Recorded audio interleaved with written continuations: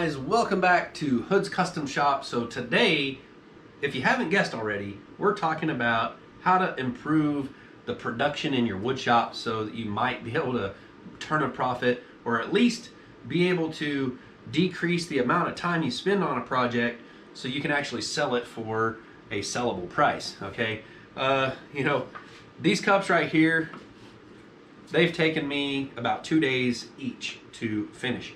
And they're not finished yet. All right, so basically a day, an entire day, about 10 or 12 hours spent doing this right here. Of course, there's a little bit of videography in there, and I could probably shorten that time up a little bit just by simply not turning the camera on, not worrying about anything, and just getting it done. Then there's the aspect of repeatability. All right, so if you look at these cups, these are not exactly alike, and the other thing is getting the maximum yield out of your stock. Okay, so the best way I can say that you can remedy all of these things is this right here. Simple, a template. All right, this template right here, this thing is going to help so much. All right, number one, I can use it to, I can see through it. For one, I can put it on my wood here on my stock and see where I want to do my layout. I can, for say instance, miss this knot right here and this knot right here, and that knot's, it's not hiding, no pun intended, it's not hiding underneath because I can see it through there. So I can, get this placed exactly where I need it to get the most yield out of this piece of wood. All right. The other thing, another aspect to this right here is it has this divot right here because this is a cup and it's going to be drilled out. So I can actually use this once I've done this right here, and each blank has been cut out and sanded on the outside to this shape right here, more or less where it looks like this right here. Okay, no hole in it or anything. All right, so let's say it matches that right there, which these are actually going to be just a bit bigger because I want the wall to be thicker. Because I'm going to be making some out of white oak and I don't want them to split out. All right, so this right here is actually going to help me to set up my setup on the drill press, okay, to where once I have a bunch of these made, basically I take a blank that looks like this right here. Let's pretend it's not hollow. All right, you place it in the drill press. You've already used this right here to put in the drill press, and let's say you have a 90 here like that, and you just put it up against it, hold it in there. The 90 is clamped down to the table of the drill press, and you use that to line it up with the center so that every time you place one of these blanks in there, you're getting it perfectly centered every time. This is something I learned when I was working in a fabrication shop for like 9 years of my life, doing welding and fabrication. And so I learned to make fixtures and jigs and stuff to speed up the process and everything. For a lot of times I made things that were kind of a one-off type thing, but the boss, a lot of times he'd be like, we're probably going to make more, make some sort of template to where we can increase production on that if they order more. And a lot of times they did order more, and so we ended up producing a lot of the same thing. So very important to have templates and stuff. And once you get something like this, you spent the time to get that perfectly round and everything, you could actually use this right here with like a piece of double-sided sticky tape. You could stick that on there, and let's say you had a flush trim bit, you could use a router with a really long flush trim bit, and you could flush trim that right there to the exact outside dimension every time. That would be super awesome, right? With just the mild expense of a piece of like double-sided sticky tape, or maybe some hot glue that you could peel off. Yeah, anyways, just an idea, guys. If you needed to make these exact precise every time without the use of a CNC, I mean, these right here would be super nice if I could put them in the CNC, but they're too tall. I think I have to take one of the stacks of the bed out, and then I lose my T-tracks and all that stuff if I do that. So that's kind of out of the question. This is just too tall for that CNC. I know, it'd be really nice if I could do that, because then I could just go push a button and it makes it for me in like 20-30 minutes or something. But we're not doing it that way. We're doing it kind of the old-fashioned way, using good old templates. All right, so these right here can help you set up setups on whatever machine whatever process you need to go through. So you need to kind of work through the process of how you can make this and be able to mass produce it, make templates that are going to help you out along the way. Lucky for me, this one right here is going to just take one template, right? And that can help me do the setup for drilling and all that. Now, another thing I might end up doing in the future is actually making a V-block that will cradle this in the drill press, so I can actually set it in there and just move it along a linear axis in a, just a V groove that will hold, it'll cradle it like that.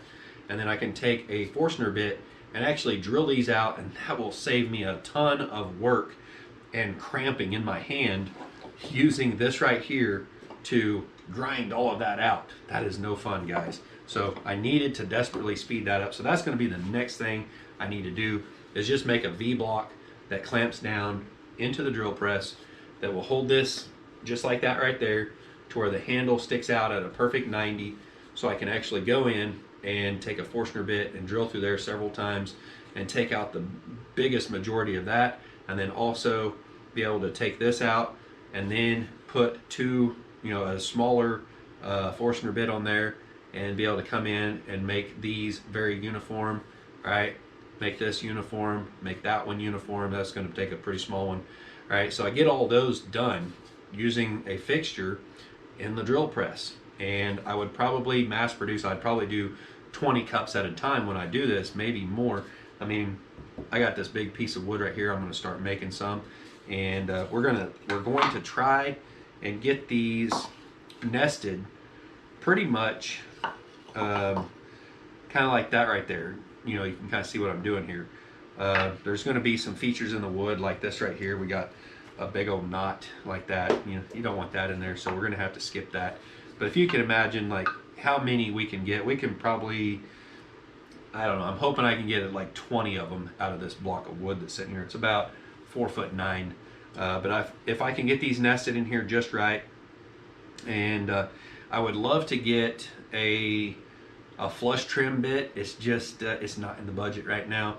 The budget's at a big old fat goose egg right now, so I can't get one. But in the future, I will likely get a nice like 4-inch or so, or a 3-inch. Well, it'd have to be 4-inch. A 4-inch flush trim bit would work, and then I could actually stick this on there, right? Whenever I have a blank like that or whatever that's rough cut out on the bandsaw, instead of running it through over here on the sander for like 20-30 minutes sanding on it to try to get it to that basic shape, I could actually have it rough cut out on the bandsaw. I could come over here to the router table with a big old 4-inch flush trim bit, and if it had like the bearing on the bottom, I could actually run this template right here along the bearing and basically just have a piece of, maybe just, I would probably use hot glue or something. I'd melt some hot glue on here, maybe use a heat gun to reheat it and stick the next one on. That way I can kind of reuse it and pry it off there. Hopefully not a super sticky one, because we don't want it to rip the bottom or whatever off. We'll just have to experiment with that. But I'm just throwing some ideas out there how you might be able to do this, and kind of things I'm thinking to be able to do this myself. But these right here, the template like that, very, very invaluable, especially with a flush trim bit on your router.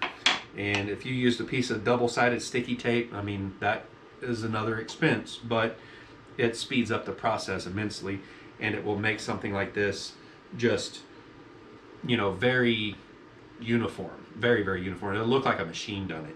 And so you can actually just take that and run it around through there, and it's going to shape it out perfectly for you every time, and hopefully not have any issues with tear out. That would be terrible.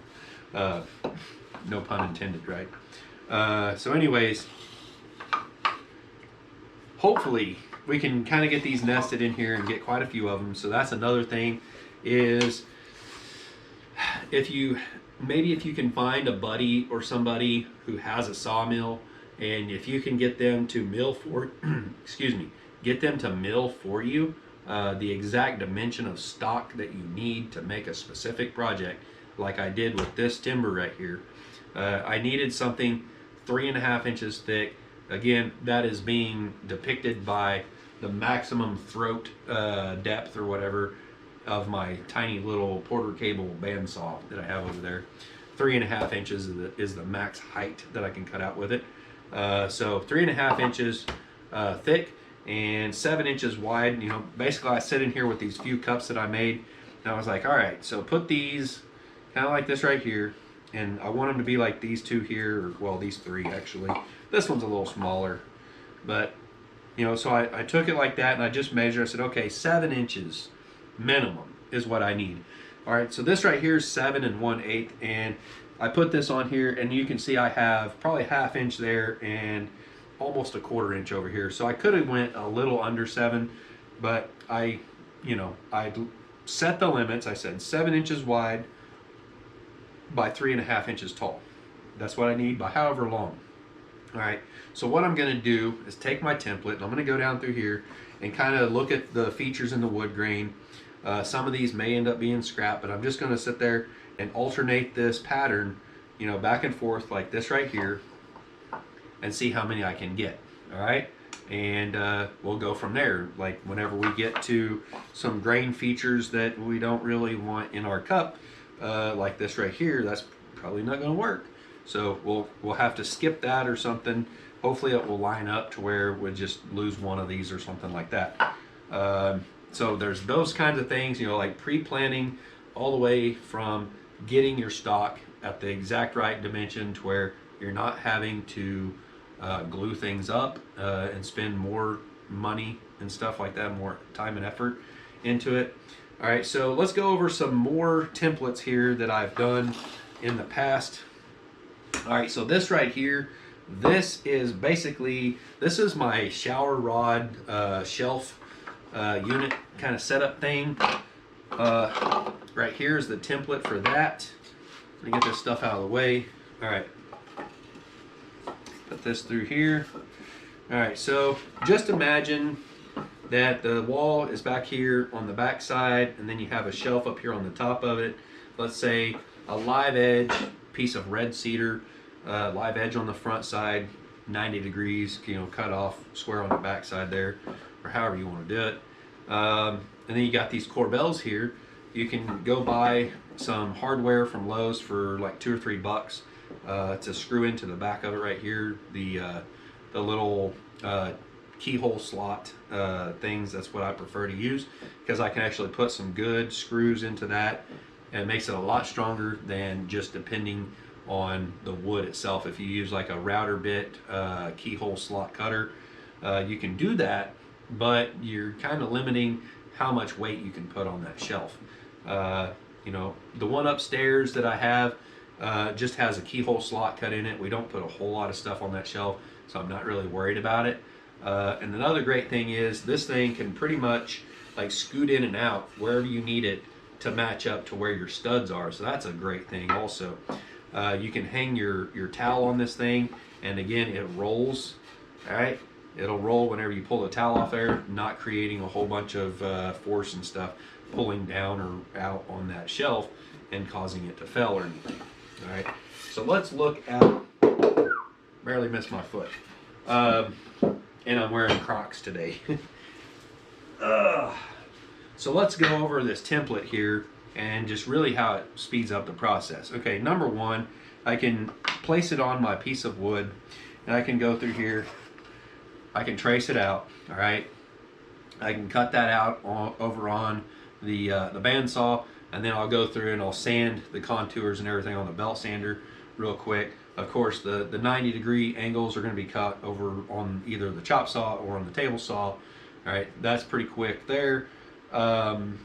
Then I have this divot right here. All right, so let's say I have a 90-degree setup over here on the table of my drill press. I have this divot right here.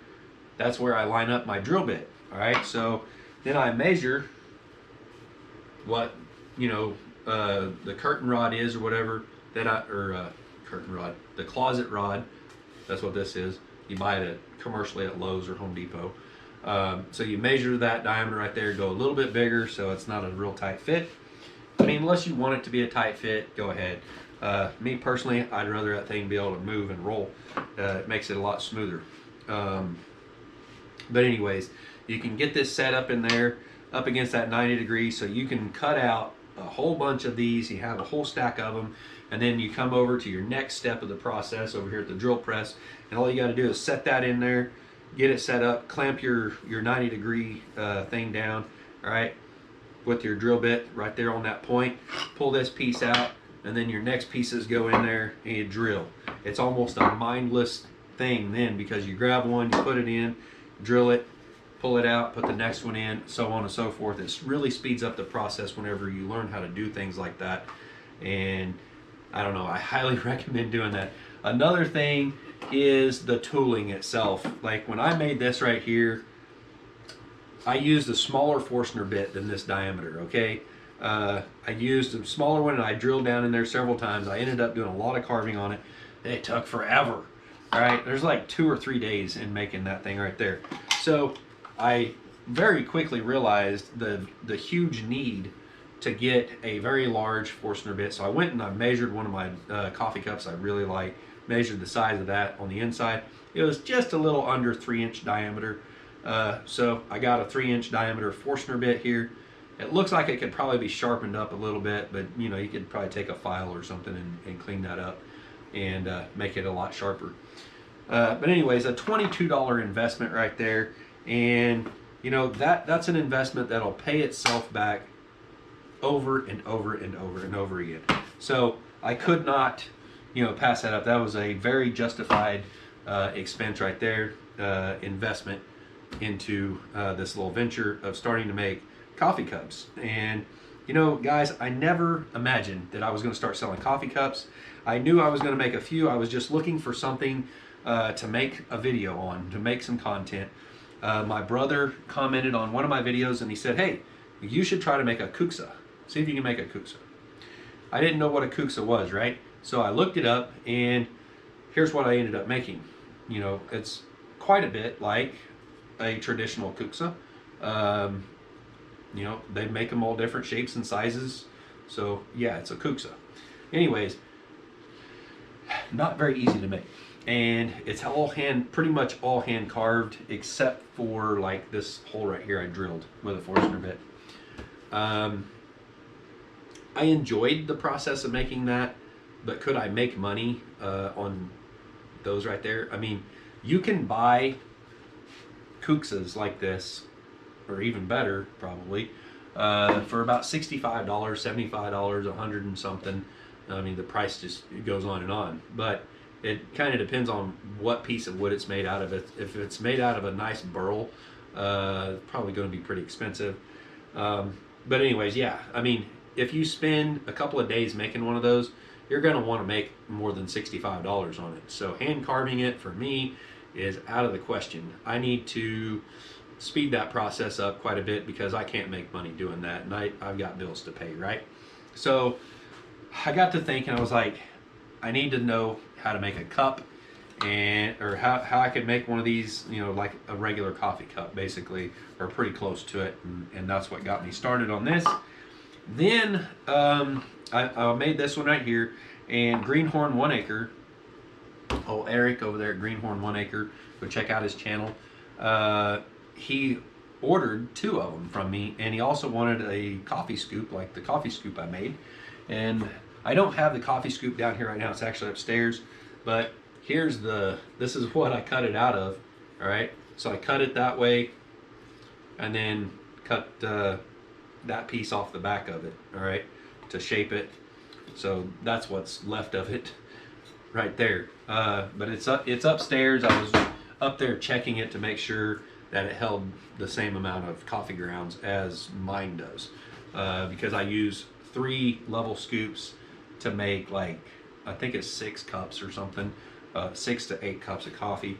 But anyways, so yeah, there's that right there for making the corbels for like the bathroom shelf. And then you have like here's the corbels that you would use on a shelf anywhere else in your home. All right, pretty nice looking. And if you got a sawmill and you get logs for free, there you go. All right, and here's the template I made quite a while back for those. So basically, there it is. I mean, that's how those are drawn out and made. All right, it really speeds up the process. And another great thing about that is, let's say a customer, let's say if I got a client like Lowe's, okay, or some other place, right? I just use Lowe's for a better term. Can't think of any other place right now offhand. But let's say if I had maybe a home builder, right, and let's say he ordered 20 or 30 of these corbels. Let's say he damaged some, or he needed more because the client decided they wanted their bathroom done like that, or they wanted I don't know, maybe they have these in their kitchen underneath something, whatever, and they wanted these also put underneath their island, whatever. All right, you need those to match, and you no longer have the ones that you had previously made for this client. But if you make you a template, game on, right? All right, so those are some instances where that's going to come in really handy, like this one right here. This is one of the first ones I did. This is a pretty big one. This is actually how I made this one right here. This is to hold up the mantle that is sitting right there, that big white oak live edge mantle right there. It actually already has a home to go to. I just need to get it finished up.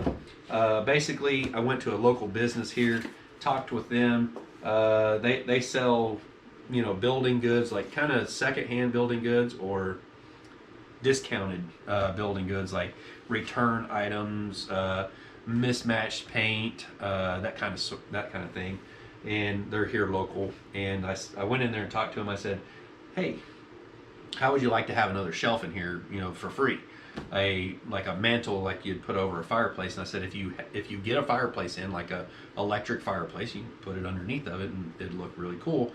And you can put stuff up there on top of the mantle for sale or whatever. And all I ask is that you allow me to hang a little plaque on a chain down below it that has my business information on it. And he said, sure, sounds like a great idea. And so yeah, I've been working on that a little bit here and there. I've actually got it almost ready to go. I need to get the fasteners put on the corbels and get the routing done on that to make it look a little more like these right here. Sort of, not quite. I actually have to buy a special bit to do that, and that's what's been holding me up. So anyways, yeah, here's another one right here. This is another old pattern I made a long time ago when I was making spice racks out of pallets. This is just a little thing I put on there. Let me turn you guys around here and show you just what I'm talking about there. So right here you can see, well, let me click on the camera so I can see what I'm pointing out. So right here, this little pallet spice rack, you've got one of those right there, one right over there, and then you have a dowel rod running across there that holds, hang on, that holds your spices in there. Or like in my case, I have my Danish oil up there, and then some house numbers that I got for a sign that I'm supposed to do. Not any big rush on doing that one. So what else is there? We've talked about tooling, get like proper tools and stuff to do stuff. I mean, if it depends on what you're doing. If you're doing like signage or something like that, like you need letters and stuff like that, I would recommend spending the money to get a small CNC or something. If you're just wanting to do like plaques or something, I would say probably get a laser burner. If you can burn it with a laser, it's probably a lot faster than the noisy, loud CNC over there. I wish I had a laser set up for that and knew how to do that. It'd be great, but I don't have that. And Bob CNC does not recommend you put a laser on that because the machine's made out of wood, and that would not be good to sit there and catch that thing on fire with a laser that's gone wild or something.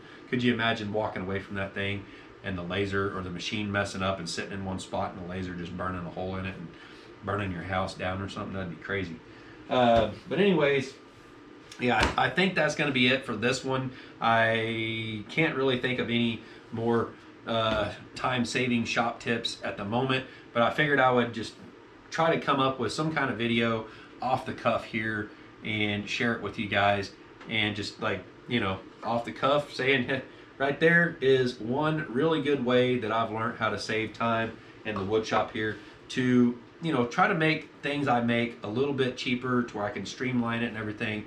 And, you know, I've went from like making these cups right here from probably 2 days into making this right here to knocking it down to, I don't know, half a day probably.